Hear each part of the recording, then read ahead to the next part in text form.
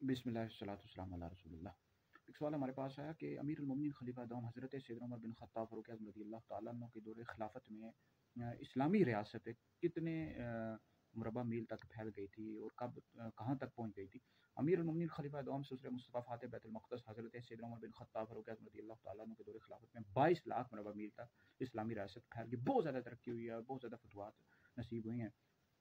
تو حضرت سیدنا فاروق اعظم رضی اللہ تعالیٰ عنہ کی جس طرح آگ پر بھی حکومت تھی، پانی پر بھی، مٹی پر بھی، ہوا پر بھی۔ تفسیر کبیر میں ہے کہ ایک دفعہ مدینہ منورہ میں لوگوں گھروں میں آگ لگ گئی، لوگ آئے پھر اور شکایت عرض کی کہ امیر المومنین ہمارے گھروں میں آگ لگ گیا۔ تو سیدنا فاروق اعظم رضی اللہ تعالیٰ عنہ نے ایک رکا لکھ کر دیا، اس میں لکھا ہوا تھا کہ آگ اللہ کے حکم سے ٹھنڈی ہو جا۔